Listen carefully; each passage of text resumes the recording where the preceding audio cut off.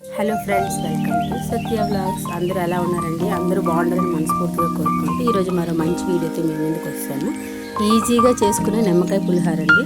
మనకి ఎప్పుడైనా సరే ప్రసాదాలకైనా లేదంటే ఫాస్ట్గా లంచ్ బాక్సెస్కైనా ఎవరైనా వచ్చేటప్పుడు చేయాలి అనుకున్నా చాలా ఫాస్ట్గా చేసుకోవచ్చు. దీనికోసం చింతపండు వాడడం కాబట్టి నిమ్మకాయలు ఉంటే చాలు.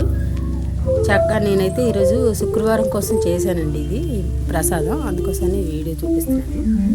శుక్రవారం అమ్మవారి పూజ కోసం ఏదో ఒక నైవేద్యం చేస్తాం కదా, అందుకోసమని నిమ్మకాయ పులిహోర. దీనికోసం ఒకటండి రైస్ వండేసుకుని ఉంచుకుంటే సరిపోతుంది.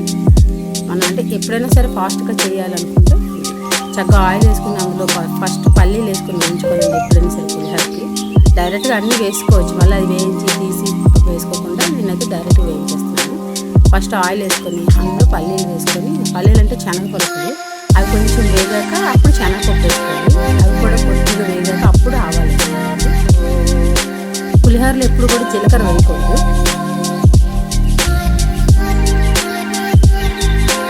శనగపలుకులు, ఆవాలు, తర్వాత శనగపప్పు, మినపప్పు వేసుకోవచ్చు.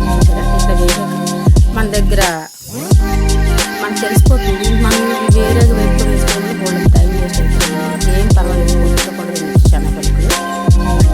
ఇప్పుడు ఎండుమిర్చి చేస్తున్నాను. చాలా ఈజీగా చేసుకోవచ్చు. ఎప్పుడైనా సరే తప్పకుండా ట్రై చేయండి. నైవేద్యానికి అయితే బెస్ట్ వేసుకొని రోజులో మనం ఫాస్ట్గా అయిపోతుంది. మన చింతపండు పులిహోర అంటే పులుపు కరెక్ట్గా అడ్జస్ట్ చేసుకోగలగాలి. అది అందరూ కొంతమంది చేయలేరు కదా. ఇదైతే అప్పుడు నిమ్మకాయ కాబట్టి మనకు కావాల్సిన పని వేసుకోవచ్చు. ఎండుమిర్చి కూడా వేసాక అల్లం ముక్కలు కట్ చేసేసాను. తర్వాత పచ్చిమిర్చి ముందు వేయకూడదు, అది బాగా వేయకపోతే బాగుంటుంది. పచ్చిగా కనిపించాలి. ఇప్పుడు ఈ స్టేజ్లో ఉండేటప్పుడు ఇంగువ వేసుకున్నాను. నేనైతే పులిహోర పోపులో వేయను, నేను లాస్ట్లో రైస్లో కలిపాను. అంటే మన క్వాలిటీ బట్టి అన్నీ తీసుకుంటాను. నేనైతే ఒక గ్లాస్ అన్న రైస్ తీసుకుంటాను. వాటికి సంబంధించి నిమ్మకాయ పులిహోర ఎక్కువసేపు ఉండేకొద్ది వంట బాగుంటుంది. ఇప్పుడు పసుపు యాడ్ చేయాలి. పసుపు వేసి ఈలోపు ముందుగా మనం రైస్ ఉడికించేసుకుంటాం కదా, దాన్ని ఒక వెడల్పాటి గిన్నెలో ఒక ప్లేట్లోకి తీసుకొని చాలా చేసుకోవాలి.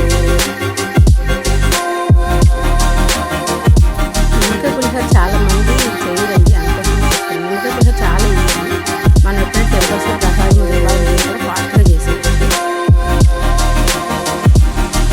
వీడియో మీకు నచ్చితే తప్పకుండా షేర్ చేయండి. మన ఛానల్ ఫస్ట్ టైం చూస్తే సబ్స్క్రైబ్ చేసుకోండి. ఇది కొంచెం రైస్ చల్లార్చుకున్నాను, ఇందులో ఆ పోపు తెచ్చి కలిపేస్తాను.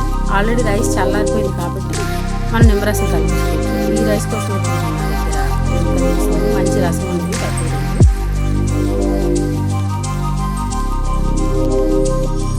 చాలా ఫాస్ట్గా అయిపోతుంది, ఏమీ లేదు. చక్కగా ఆయిల్ వేసుకుని ఆయిల్లో శనగపలుకులు, శనగపప్పు, మినపప్పు వేసుకొని ఫస్ట్ శనగపలుకులే వేపుకోవాలి. ఇది మాత్రం గుర్తుంచుకోండి.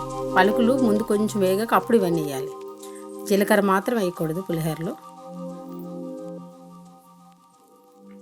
బాగా పోపు అంతా మిక్స్ చేసుకున్నాక నిమ్మరసాన్ని వేసుకోవాలి. అయితే నేను అవి సరిపోతే లేదో మళ్ళీ కట్ చేశాను కొంచెం, కానీ ఆల్మోస్ట్ అవి సరిపోయింది. సాల్ట్ ఇప్పుడు యాడ్ చేస్తున్నాను. అంటే పోపులో వేస్తే ఏంటంటే ఆ మిర్చిలోకి వాటిలోకి వెళ్ళిపోద్ది సాల్ట్. మనం ఇందులో చింతపండు వేయం కదా, పోపులో వేసుకున్నా కూడా పర్వాలేదు. నేనైతే లాస్ట్లో యాడ్ చేస్తాను. నిమ్మరసంతో పాటు కలిపితే బాగా కలుస్తుంది.